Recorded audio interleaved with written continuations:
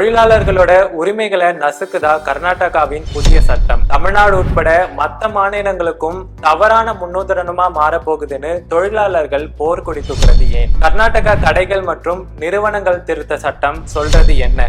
வாங்க இந்த வீடியோல முழுமையா பார்க்கலாம். அதுக்கு முன்னாடி நம்ம சேனலை சப்ஸ்கிரைப் பண்ணாதவங்க கண்டிப்பா சப்ஸ்கிரைப் பண்ணிக்கோங்க. தொழிலாளர்களோட பணி நேரத்தை 70 மணி நேரமா உயர்த்தணும்னு இன்ஃபோசிஸ் நாராயணமூர்த்தி 2023 சொன்ன கருத்து பேசு பொருளா மாறி கடும் எதிர்ப்பு கிளம்புச்சு. ஆனா இப்ப அதை நிஜமாக்க போகுது கர்நாடக அரசு. தினசரி பணி நேரத்தை 12 மணி நேரமா உயர்த்த புதிய சட்ட திருத்த மசோதாவை கொண்டு வந்திருக்கு கர்நாடக அரசு. மட்டும் இல்லாம ஒரு காலாண்டுக்கான, அதாவது தொடர்ந்து 3 மாசத்துக்கான ஓவர் டைம் ஒர்க்கிங் ஹார்ஸை 144 மணி நேரமா உயர்த்தவும் இருக்கு. இதுக்கு ஒரு புறம் தொழிற்சங்கங்கள் கடும் எதிர்ப்பு தெரிவிக்கிற நிலையில மறுபுறம் பெருநிறுவனங்கள் சந்தோஷத்துல குதிச்சிட்டு இருக்காங்க. இந்த நடைமுறையை தமிழ்நாடும் பின்பற்ற முயற்சிக்குமா அப்படின்னு பாக்குறதுக்கு முன்னாடி கர்நாடகாவோட புதிய சட்ட மசோதா என்ன சொல்லுதுன்னு பார்ப்போம். கர்நாடகால இப்ப இருக்கிற நடைமுறைப்படி தினசரி வேலை நேரம் 9 மணி நேரம், கூடுதலா 1 மணி நேரம் ஓவர் டைம் ஒர்க் பார்த்துக்கலாம். ஆனா புதிய திட்டத்தின்படி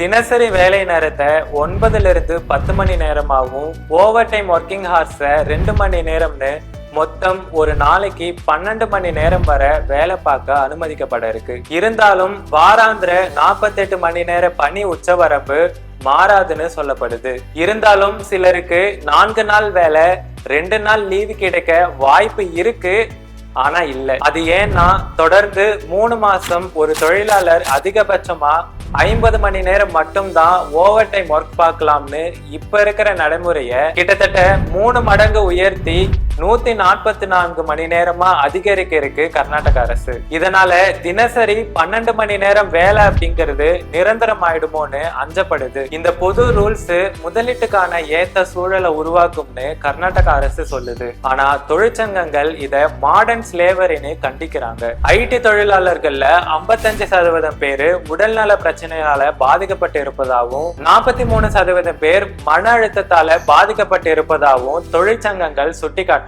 தினசரி 12 மணி நேரம் வேலை பார்க்கிற பழக்கம் தொழிலாளர்களுக்கு பக்கவாதம், இதய நோய் ஏற்படுறதுக்கான ஆபத்தை 35% அதிகரிக்கும்னு உலக சுகாதார அமைப்பு எச்சரிக்கை கொடுத்திருக்கு. இந்தியாவுல 12 மணி நேர வேலை கொள்கை ஏற்கனவே குஜராத், உத்தரப்பிரதேசம், சத்தீஸ்கர் மாதிரியான பாஜக ஆளும் மாநிலங்கள்ல செயல்பாட்டுல இருக்கு. அப்போ தமிழ்நாடும் இதை பின்பற்ற வாய்ப்பு இருக்கா அப்படிங்கறதுல சில விஷயங்களை நம்ம பார்க்க வேண்டியது இருக்கு. தமிழ்நாடு அரசை பொறுத்த வரைக்கும் வணிக நிறுவனங்களோட நலன்களை விட தொழிலாளர்களோட நலனையே தான் முன்னிலைப்படுத்தி வந்திருக்கு. இருந்தாலும் கர்நாடகா கொண்டு வந்திருக்கிற இந்த புதிய கொள்கையினால முதலீட்டு நிறுவனங்கள் தமிழ்நாட்டை விட கர்நாடகாவே ஃபர்ஸ்ட் சாய்ஸா வைப்பாங்கன்னு சொல்லப்படுது. இதனால ஏற்படுற முதலீட்டு இழப்புகளை சமாளிக்க தமிழ்நாடு கவர்மெண்ட்டும் 12 மணி நேர பணி கொள்கையை கொண்டு வர நிர்பந்திக்கப்படலாம். ஆனா அதை முடிஞ்ச அளவு தவிர்த்து முதலீடுகளை தொடர்ந்து ஈர்க்க தமிழ்நாடு அரசு எடுக்க போற மற்ற நடவடிக்கைகள் என்னென்ன அப்படிங்கிறத